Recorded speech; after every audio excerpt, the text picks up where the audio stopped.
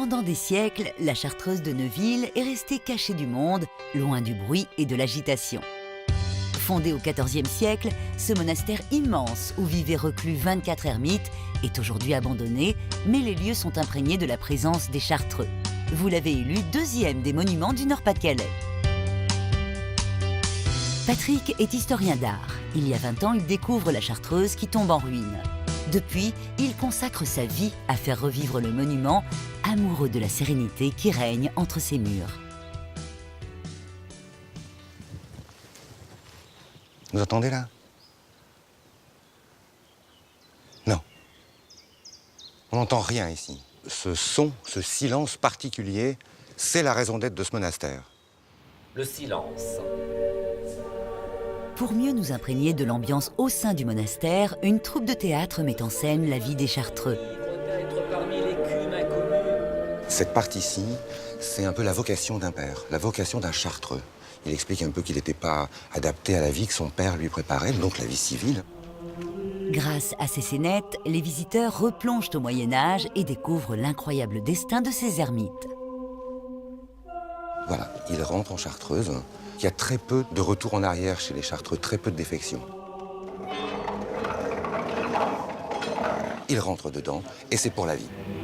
Une vie de solitude, de silence et de prière pour les 24 moines qui ont vécu ici. 24 ermites dans un monastère immense de 22 000 hectares. Chacun vivait isolé dans sa cellule, ces maisons qu'on appelle ermitages, disposées tout autour du cloître et reliées par un immense couloir.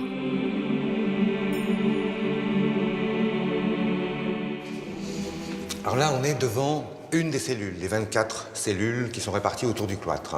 C'est par là que le père reçoit tout ce dont il a besoin. Linge, nourriture, bois, livres. En fait, tout passe par là. Mais les deux petites portes ne sont jamais ouvertes en même temps. Derrière ce passe-plat d'un autre temps, la cellule d'un moine. Une maison de 110 mètres carrés, avec son jardinet clos entre 4 murs. Alors là, on se trouve à l'étage de la cellule, de l'ermitage. Il y a deux pièces. La première pièce s'appelle l'Ave Maria. En fait, elle ne sert que de sas spirituel. Je dis souvent aux gens que c'est un spiriluve. Parce qu'à la piscine, il y a le pédiluve pour nettoyer ses pieds avant d'arriver. Et bien dans la cellule, on nettoie un peu son âme. L'âme purifiée, le moine restait ensuite jour et nuit dans l'unique pièce à vivre. Donc voilà, on est dans la chambre à coucher, le cœur de l'ermitage. Il y a un lit, une petite armoire pour ranger quelques effets. Enfin, comme il ne possède rien, il n'a rien à ranger. Et puis, le cœur de l'ermitage, finalement, c'est l'oratoire. Donc ici, nous avons un père en prière, avec le seul petit luxe du Chartreux, c'est ce petit tiroir qui est là, où il y a une brique dedans. Quand la brique était chaude, une brique réfractaire, il la mettait dans le petit tiroir, en dessous, ce qui lui permettait de chauffer un peu les genoux et les articulations, et de pouvoir prier un peu plus longtemps avec un minimum de confort. Les derniers Chartreux partiront en 1901. Le monastère est alors transformé en hospice public. La Chartreuse changera d'affectation au cours des siècles. Sera successivement hôpital civil, hôpital militaire et même hôpital psychiatrique. Dans le cloître, vous découvrirez les traces des différents pensionnaires qui se sont succédés tout au long du XXe siècle. Graffitis d'orphelins ou signatures de malades psychiatriques internés ici à vie.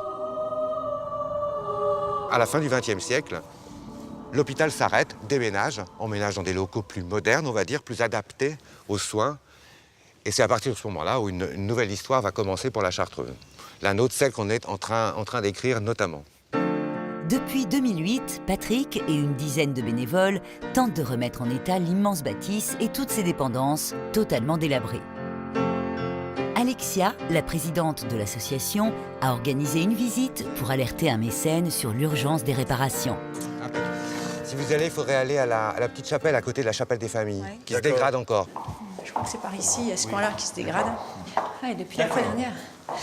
Ouais, vous n'étiez pas encore venu par ici. Non, j'ai pas encore vu cette pièce-ci, moi. Le problème, c'est que toutes ces parties-là sont côté nord, donc Oui. c'est celle qui s'abîme le plus. D'accord. Particulièrement là, on a une énorme fente qui va de bas en haut sur toute la paroi. Ce qui veut donc dire qu'on a bien connaissance de l'origine de tous les problèmes complètement. qui abîment la Chartreuse aujourd'hui. Ah non, aujourd'hui, on Très a bien. tout. Je dirais qu'il n'y a plus qu'à trouver les entreprises et les moyens nécessaires pour démarrer les travaux.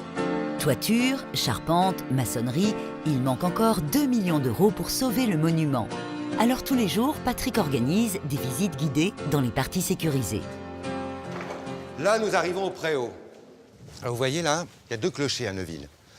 En fait, celui qui est là sur ma droite, hein, on va dire que c'est le clocher temporel. Il sonne les heures, le monde des hommes. Hein.